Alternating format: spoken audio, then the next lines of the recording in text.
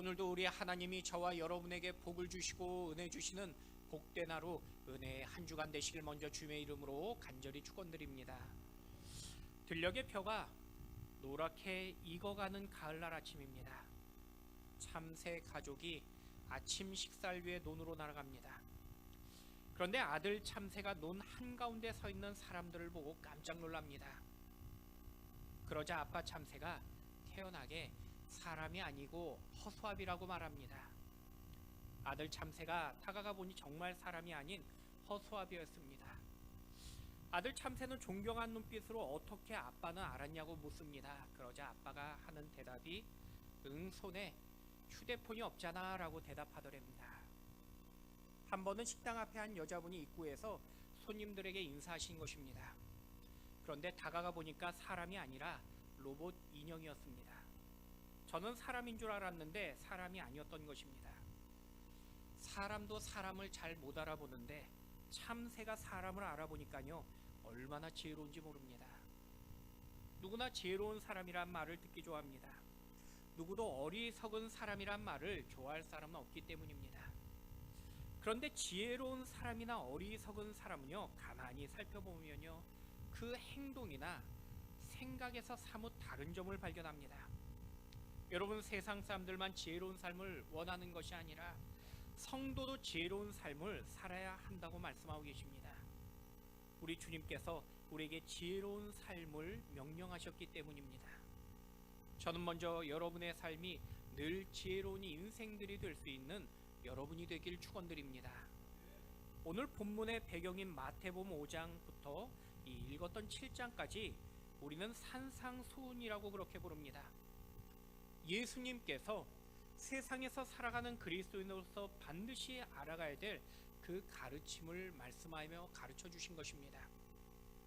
여러분, 세상에서 모든 부모들은요, 자녀가 행복하길 원합니다. 마찬가지로 하나님께서 우리가 세상에서 행복한 삶을 살길 원하시더라는 것입니다. 그래서 행복이 무엇인지를 주님은요, 이 산상수훈을 통해서 가르쳐 주셨습니다. 그것이 바로 복 있는 사람은 어떤 사람인지를 말씀하신 이 산상수훈의 바로 시작인 팔복 강해의 말씀이었던 것입니다. 그리고 행복한 삶을 살기 위해서 주님을 닮은 빛과 소금으로 살라고 우리에게 가르쳐 주십니다. 또 행복의 원천을 누리기 위해서 주님과 친밀해야 된다고 말씀하십니다. 그것이 바로 기도의 방법인 것입니다.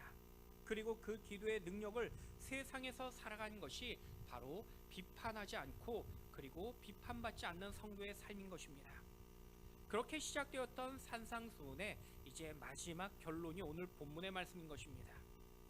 주님은 오늘 인생을 살아가면서 깨어지고 부서지지 않는 이 인생을 우리에게 가르쳐 주십니다. 아니, 무너지고 깨어졌더라도 다시 시작할 수 있는 그 인생에 대해 가르쳐 주십니다. 그것이 바로 지혜로운 사람이라고 말씀하고 계십니다. 주님은요, 지혜로운 사람을 어리석은 사람과 비교하면서 지혜로운 사람이 어떤 사람인지를 오늘 본문을 통해 짧게 가르쳐 주고 계십니다. 여러분, 저는 다시 한번 불확실한 이 미래 속에서 주님이 보실 때 지혜로운 사람이 여러분 한 분 한 분 될 수 있기를 주님의 이름으로 간절히 축원드립니다. 그렇다면 오늘 주님은요, 우리가 어떤 삶을 살아갈 때 지혜로운 인생이라고 말씀하고 계실까요? 첫 번째로요, 말씀에 기초할 때입니다. 우리 24절 말씀 같이 한번 읽어보도록 하겠습니다. 그러므로 누구든지 나의 이 말을 듣고 행하는 자는 그 집을 반석 위에 지은 지혜로운 사람 같으리니. 예수님은 앞서 15절 말씀해 보니까요, 이 진짜와 가짜를 말씀하고 계십니다. 많은 사람들이 주님의 이름을 부르고 또 주님을 위해 살았다고 말했지만은 정작 주님은요, 모른다라고 말씀하십니다. 그리고 그들을 향해서 마치 거짓 선지자와 같았다라고 말씀하신 것입니다. 내가 아무리 진짜라고 외쳤지만요, 사실은 가짜였던 것입니다. 마치 가짜가 진짜로 여기고 살아가는 어리석은 삶을 경고하신 것입니다. 대신 지혜로운 자는 어리석은 자와 전혀 다른 모습을 말씀하고 계십니다. 그 구별의 단어가 바로 그러므로라고 말씀을 시작하는 것입니다. 주님의 지혜로운 사람은요, 그러므로 누구든지 나의 이 말을 이렇게 주님이 말씀하시며 시작하신 것입니다. 주님은 진짜와 가짜를 구별하는 그 기본 바탕이 바로 주님의 말씀이라는 것을 가르쳐 주신 것입니다. 마음에 깊이 주님의 말씀으로 기초를 세우라고 가르쳐 주십니다. 그것이 바로 지혜로운 사람의 비결이 되기 때문입니다. 여러분, 사람들은요 모두가 다 무엇인가 위에다가 믿음을 세워가는 걸 보게 됩니다. 그것이 바로 반석 위에 집을 짓는 자와 모래 위에 집을 짓는 자의 비교의 말씀인 것입니다. 한 사람은요 반석 위에 집을 짓고요, 다른 사람은 모래 위에 집을 지었습니다. 집을 안 지은 것이 아닙니다. 모두가 공통적으로 각자 자기의 집을 짓습니다. 여러분, 예수님은요 지금 우리의 집의 규모나 크기를 통해서 어떤 것이 더 지혜롭다라고 결코 말씀하지 않으셨습니다. 대신 지금 우리가 세운 장소가 어디인지를 묻고 계신 것입니다. 내가 어디에 집을 짓느냐에 따라서 그 사람은 지혜로운 사람이 될 수도 있고 어리석은 사람이 될 수도 있다라고 말씀하신 것입니다. 내 믿음의 근거를 묻는 것입니다. 여러분, 주님은요 지혜로운 자는요 반석과 같은 예수님의 그 말씀, 하나님의 말씀에 근거한다고 가르쳐 주십니다. 말씀에 내가 붙잡혀 살아가는 것을 의미하는 것입니다. 그리고 모래 위에 집을 세운 자는요 세상의 지식이나 세상의 방법 또는 세상의 신념과 사상에 붙잡혀 살아가는 것을 의미하는 것입니다. 주님의 말씀은요 불신자를 향해서 말씀하셨다기보다는요 오늘 지금 믿음을 가진 오늘 우리 모든 신자들을 향해서 말씀하신 것입니다. 그런데 모든 신자가 집을 지었지만은 모두가 다 반석 위에 집을 지은 것이 아니라고 말씀하고 계십니다. 어떤 신자는요 자기 믿음의 그 기초가 예수 그리스도와 주님의 말씀이 아니라 세상의 다른 것이 될 수도 있다라고 주님이 말씀하셨던 것입니다. 여러분, 우리는요 신앙생활을 하고 있지만요 내가 말씀에 근거하지 않고 교회 생활을 할 수도 있다라고 말씀하신 것입니다. 바로 내가 가진 신념이나 내가 가진 그 경험을 바탕으로 살아가는 사람들이 바로 말씀을 근거하여 살지 않는 모습이라고 말씀하신 것입니다. 내 생각이나 내 소견에 근거해서 살아가는 신자가 바로 모래 위에 집을 지은 자와 같기 때문입니다. 여러분, 열왕기하 5장에 보시면요 나아만 장군이 등장합니다. 나아만은요 아람의 대장군이었습니다. 지금은 국방부 장관의 서열이 많이 낮아졌지만요 고대 전쟁 국가 당시에는 이 국방부 장관 하면은 왕 다음에 두 번째 서열입니다. 나아만은 아람의 2인자였습니다. 당시 세상에서 부러울 것 없는 그러한 권력자이며 실력자였습니다. 하지만 한 가지 그에게 말할 수 없는 아픔이 있었는데 바로 그가 나병 환자였다라고 성경은 말씀하고 계십니다. 아무리 화려한 군복과 그리고 훈장으로 자기 몸을 가리고 화려하게 장식하고 있었지만은 그 몸 안에 흐르는 그 질병은요 그리고 썩어져가는 그 질병이 그의 현실이며 그의 참 모습이었습니다. 아마도 나아만은요 자신의 병을 고칠 수만 있다면은 모든 수단과 방법을 가리지 않고 그는 시도하고 고쳐보려고 노력했을 것입니다. 하지만 더 이상 고칠 수 없기에 모든 것을 포기하고 절망했습니다. 그러던 어느 날 큰 기대의 소식을 듣게 됩니다. 바로 이스라엘 출신의 한 어린 노예가 이스라엘 선지자 엘리사가 나아만 장군의 병을 고칠 수 있다라는 그러한 이야기를 들은 것입니다. 나아만 장군은요 엘리사가 당시에 있던 도단성을 향해 가게 됩니다.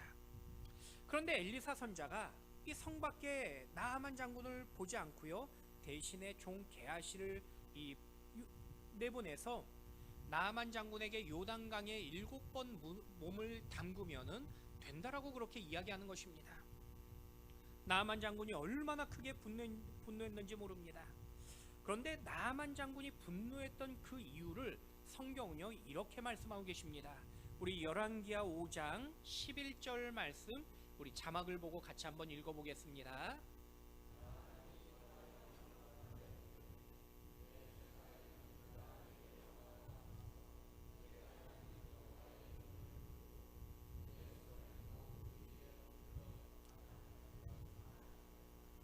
나아만 장군이 기랬던 것은 엘리사가 직접 나와서 자신을 크게 환영하길 원했던 것입니다.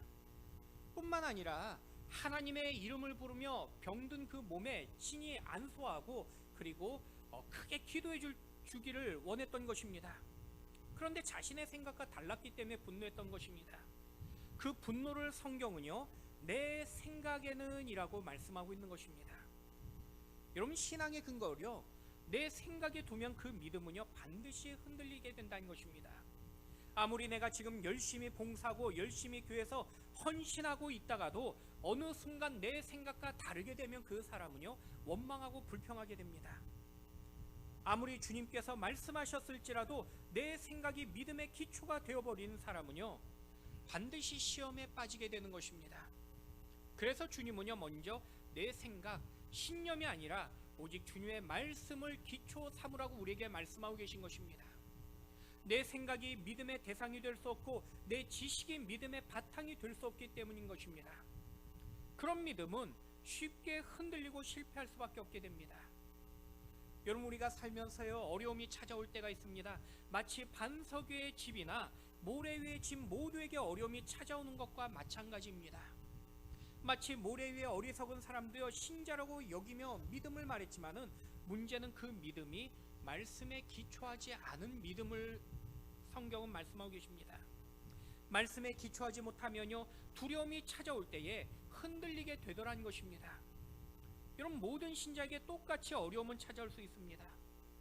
반석 위의 이 집이나 모래 위의 집이나 똑같이 비가 오고 창수가 나고 심지어 바람이 불기도 합니다. 믿음 좋은 성도의 사업에도요 어려움이 찾아올 수 있고요, 믿음 좋은 성도의 가정에도 큰 어려움이 찾아올 수 있는 것입니다. 그런데 말씀에 기초하지 않으면요 사람이 볼 때 믿음이 좋은 것 같았지만은 고난의 순간에 낙심과 절망으로 덮여버립니다. 그러면 감사와 기쁨을 잃어버리게 됩니다. 하나님의 축복을 누리지 못하고 두려움과 염려와 불안으로 살아가게 되는 인생이 되는 것입니다. 그것이 바로 모래 위에 세운 신자이며 주님은 그들을 향해서 어리석은 자다라고 말씀하고 계신 것입니다. 그럼 오늘 우리의 삶의 현장인 여러분의 가정이나 교회에서 크고 작은 일들이 일어나게 된 걸 보게 됩니다. 그런데 그 일들 속에서 정직하게 지금 내가 어디에 기초를 두고 내 믿음을 세워가고 있는지를 살펴볼 필요가 있다는 것입니다. 주님은요 우리의 지혜와 지성, 의지나 신념 위에 내 믿음을 두지 말라고 말씀하고 계십니다. 우리의 문제는 우리의 능력으로 이길 수 없기 때문인 것입니다. 오직 하나님 말씀 위에 우리의 믿음을 세워가야 되는 것입니다.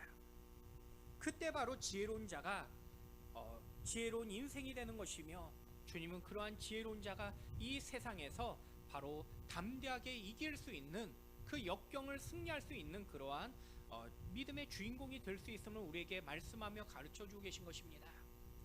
여러분, 날마다 말씀에 기초한 여러분의 믿음으로 승리하며 또 전진해 나가는 여러분이 될 수 있기를 주님의 이름으로 간절히 축원드립니다.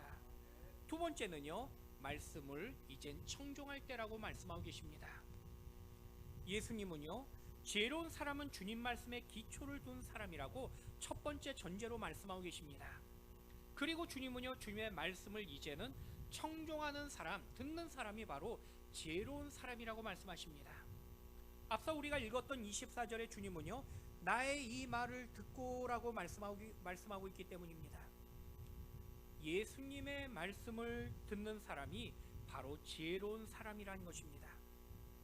오늘날 이 시대를 살면서 우리는 수많은 말들을 듣게 됩니다. 세상에서 다양한 매체와 수단들을 통해서 들려주는 말들이 있습니다. 세상 사람들이 일방적으로 들려주는 말들도 있습니다. 이처럼 들려지는 세상의 많은 정보가 나를 지혜롭게 만든다고 여깁니다. 그래서 수많은 정보를 듣기 위해서 수많은 이야기에 귀를 기울이게 됩니다. 요즘 사람들의 가장 큰 관심이 건강이란 주제입니다. 그러다 보니 방송에서도요, 몸에 좋다는 음식들이 많이 등장합니다. 그런데 때로는 우리나라에 없는, 알려지지 않은 음식이나 식품들이 방송에 한번 나가면요, 그것이 유행처럼 이 사람들에게 팔려지어서 나중에 없어서 못 판다는 이야기를 듣게 됩니다. 그래서 의사들이 가장 싫어하는 것이 어떤 질병에 어떤 음식이 좋다고 그렇게 말하는 것을, 이 환자들의 그 이야기를 듣는 것을 의사들이 제일 싫어한다는 말을 들은 적이 있습니다. 왜냐하면 의사 말보다 방송에 나온 말을 더 많이 믿고 약이나 치료가 아닌 그 음식으로 치료할 수 있다라는 믿음을 가지고 있기 때문인 것입니다. 그만큼 사람들은요, 세상의 정보를 듣길 좋아합니다. 그것이 지혜롭다고 여기기 때문입니다. 하지만 주님은요, 세상에 들려지는 말들을 많이 듣는 자가 지혜로운 자다라고 그렇게 말씀하지 아니하십니다. 오직 주님 말씀을 듣는 자가 지혜로운 자라고 말씀하고 있는 것입니다. 여러분, 오늘 본문에 듣는다라고 이 말씀의 의미는요, 받아들인다, 깨닫는다라는 뜻을 가지고 있는 것입니다. 간혹 부모님들이 어린 자녀들에게 야단칠 때 자주 하신 말씀이 있습니다. 다름 아니라 너는 왜 엄마 말 그렇게 안 들어라는 그런 말을 할 때가 많이 있습니다. 그런데 사실 아이는요, 이미 엄마의 말을 들었던 것입니다. 아니, 심지어 야단치는 그 순간에도요, 엄마 말을 듣고 있기 때문에, 귀를 막고 있지 않기 때문에 그는 그 이야기를 듣고 있는 것입니다. 하지만 엄마가 야단치는 이유는요, 엄마 말에 집중하지 않고 듣지 않았기 때문인 것입니다. 만약 엄마의 말을 관심을 가지고 들었다면요, 사실 아이가 야단 맞을 필요가 없었을 것입니다. 여러분, 신약 성경을 보시면요, 예수님께서 제자들과 무리들을 향해서 자주 사용하셨던 말씀이 있는데, 바로 귀 있는 자는 들을지어다 라는 이 문장의 말씀입니다. 복음서에만 봐도요, 예수님 말씀이 이 귀 있는 자는 들을지어다 라는 이 짧은 말씀이 무려 146번이나 기록되어져 있는 걸 보게 됩니다. 분명 예수님의 말씀을 모두가 듣고 있는 그 현장에서 주님이 하셨던 말씀입니다. 하지만 주님은요, 단순하게 예수님의 말씀을 재미삼아 듣는 것이 아니라 그 말씀이 나에게 지금 관심이 되어지고 이제는 내 삶의 중심이 되길 원하셨던 것입니다. 여러분, 오늘 주님은요, 주님 말씀을 듣고 그 의미를 마음에 이제 깊이 새기고, 그리고 깨닫는 인생이 바로 지혜로운 인생이라고 우리에게 말씀하고 계신 것입니다. 아무리 많은 말씀을 내가 들었을지라도 그 말씀을 마음에 담지 못하고 깨닫지 못한다면 그것은 결코 들은 것이 아니라는 것입니다. 지혜로운 자는요, 말씀을 마음에 깊이 새기며 깨달아야 하기 때문인 것입니다. 여러분, 주님의 말씀이 한 귀로 듣고 한 귀로 흘리는 말씀이 아니라 마음에 깊이 새겨지며 또 여러분의 삶이 그 말씀으로 변화해지는 여러분이 될 수 있길 축원드립니다. 1937년 일본에서 미즈노 켄조라는 남자가 태어납니다. 건강했던 켄조는요, 초등학교 4학년 때 급성 소아마비에 걸립니다. 온몸을 움직일 수 없는 중증 장애인이 되었습니다. 본인의 의지대로 움직일 수 있는 곳이 오직 눈 하나뿐이었습니다. 울어도 자기 눈물을 닦아줄 수 없는 비참한 처지가 되어버립니다. 죽고 싶었지만은 죽을 수조차도 없었습니다. 그러던 어느 날 미야오 목사님이 병실의 겐조에게 복음을 전했습니다.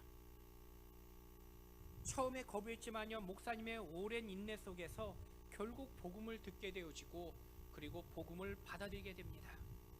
예수님을 영접했습니다. 그날부터 매일 성경을 듣게 되었습니다. 성경 말씀을 읽는 동안에 살아야 되는 그 존재의 의미를 깨닫게 됩니다. 지금까지 죽겠다는 마음뿐이었지만은 이제 복음을 듣고 그리고 하나님 말씀을 읽고는 다시 살아야겠다는 그러한 마음을 가지게 됩니다. 성경을 보다가 겐조의 마음에 시를 써야겠다는 그런 생각이 들었습니다. 몸이 부자연스럽고 그리고 말조차 할 수 없었던 이 겐조가 시를 쓰기 시작했는데, 이 겐조의 어머니가 이 손가락으로 이 글자를 하나하나 짚을 때에 이 겐조가 원하는 글자가 있으면 눈을 깜빡이는 것입니다. 그럼 그 어머니는 그 글자를 이제 받아 적는 식으로 해서 시를 한 편 한 편 적었습니다. 놀랍게도 겐조는요, 이런 작업을 오랫동안에 하면서 수백 편의 시를 지었습니다. 겐조의 대표적인 시가 바로 괴롭지 않았더라면 이라는 시입니다. 이런 시입니다. 만일 내가 괴롭지 않았더라면, 하나님의 사랑을 받아들이지 못하였을 것을, 만일 모든 형제 자매들이 괴롭지 않았더라면 하나님의 사랑이 전해지지 않았을 것을, 만일 우리 주님이 괴롭지 않았더라면 하나님의 사랑은 나타나지 않았을 것을. 여러분, 우리가 예수님 말씀을 듣는다는 의미는요, 내 운명을 깨달은 사람이란 뜻이 되는 것입니다. 우리는 예수 그리스도를 통해서 우리의 죄를 씻음받고 하나님의 긍휼과 사랑과 그 자비를 깨닫게 된 인생들이 되는 것입니다. 하나님의 자녀가 받을 복을 누리는 은혜의 삶을 살고 있다는 것을 믿고 고백하게 되는 것입니다. 그래서 오늘도 주님의 말씀을 우리는 듣고 청종하는 것입니다. 여러분, 우리는요, 주어진 말씀을 듣고 내 인생의 새로운 것을 깨달았다고 말하게 되는 것입니다. 그것이 바로 주님의 지혜이며 은혜의 방편이 되는 것입니다. 여러분, 지혜로운 사람은요, 반드시 주님의 말씀에 오늘도 은혜 받는 인생이 됩니다. 지난날의 과거형으로 끝나면 결코 안 되는 것입니다. 날마다 주님의 말씀을 듣고 그 말씀으로 인하여서 내가 오늘의 삶이 새로워져야 되는 것입니다.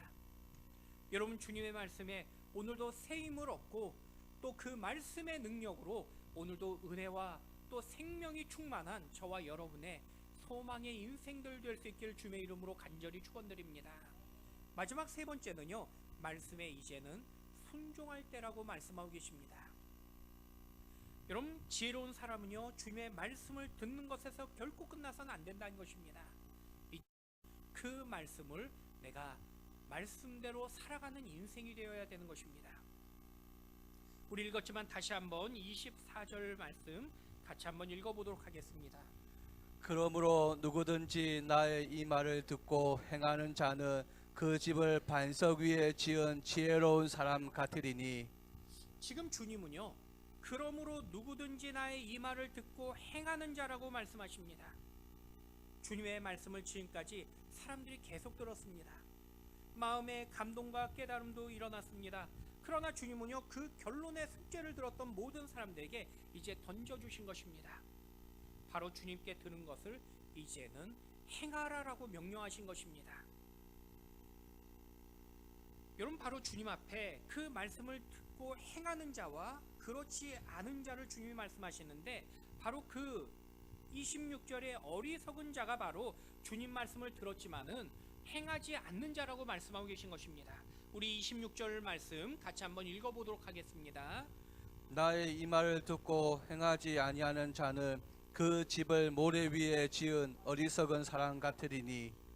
주님은 지혜로운 사람과 어리석은 사람의 기준이요, 주님 말씀을 듣는 자, 안 듣는 자라고 말씀하시지 않습니다.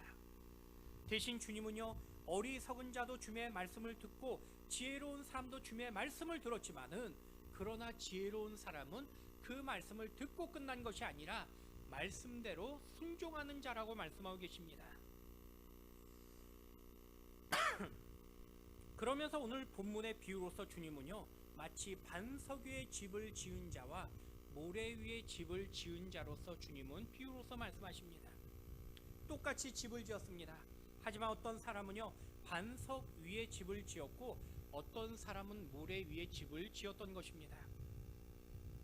그런데 사실 모래 위에 천막을 치는 사람들은 있지만요, 집을 짓는 사람은요, 지금이나 2000년 전이나 사실 없었습니다. 예수님 당시 사람들도 모래 위에 집을 짓지는 않았기 때문입니다. 하지만 당시 주님의 비유를 들었던 당시 이스라엘 사람들은요, 예수님의 말씀이 어떤 의미인지를 다 알고 있었습니다. 지금도 이스라엘을 가면요, 그 지형이 이 석회암으로 이루어져 있습니다. 그래서 예수님 당시의 사람들은 모두가 집을 지을 때에 산에다가 집을 지을 수밖에 없었습니다. 지금은 도로나 이 운송 장비가 발달되어서 산 위에 집을 누구나 지을 수 있지만요, 2000년 전에 이 산 위에다가 집을 짓는다는 사실은 결코 쉬운 일이 아니었습니다. 그래서 대부분 사람들은요, 산 밑에 초입 부분이나 또는 이 길이 좋은 이 중턱에 이 집을 짓는 경우가 많이 있었습니다. 문제는 이스라엘 기후가요, 6개월에는 비가 오지 않고 6개월 동안 비가 많이 온다는 사실입니다. 만약에 산 중턱이나 초입에 집을 지으면은 지을 때는 쉬웠지만요, 이제 6개월 동안의 비가 몰아칠 때는요, 비가 오고 창수가 나고 바람이 불기 시작하면은 그 집들이 위험해지기 시작합니다. 상식적으로 위에서부터 내려오는 흙 때문에 집이 쓸려갈 수밖에 없기 때문인 것입니다. 반면 힘들게 산 위에 집을 지었던 사람들은요, 비가 오고 바람이 불고 창수가 나도요, 이 모래에 쓸려가지는 않게 되는 것입니다. 그래서 주님은 지금은 힘들고 어렵지만은 산 위에 집을 지은 사람이 바로 지혜로운 사람이다 라고 그렇게 말씀하셨던 것입니다. 여러분, 주님은요, 우리의 믿음도요, 집을 짓는 모습과 비슷하다고 말씀하고 계십니다. 주변에 집을 짓는 것을 보면요, 하루아침에 또는 한순간에 집을 짓는 경우는 쉽지 않습니다. 시작과 과정 그리고 완성의 순서들을 경험하게 되는 것입니다. 외형적으로 볼 때 사람마다 다를 수 있지만은 모든 삶에 채워나가고 그 집을 지켜가는 그 모습은 모두가 다 비슷한 걸 보게 됩니다. 아니, 위험도 비슷합니다. 반석이나 모래 위나 똑같이 비가 내리고요, 창수가 나며 심지어 바람도 부는 걸 보게 됩니다. 반석이나 모래 위에 지은 집이나 모두 똑같이 위기가 찾아오고 어려움이 찾아오더란 것입니다. 그런 것을 볼 때 사실 세상에 살아가는 모든 인생은 다 거기서 거기가 아닌가라고 그렇게 여길 수도 있습니다. 그만큼 모든 삶의 환경이 비슷하기 때문입니다. 하지만 주님은요, 비바람이 몰아치고 물이 솟아오르고 심지어 태풍이 올 때에 견고하게 버티는 집이 바로 가치 있는 집이라고 말씀하고 계십니다.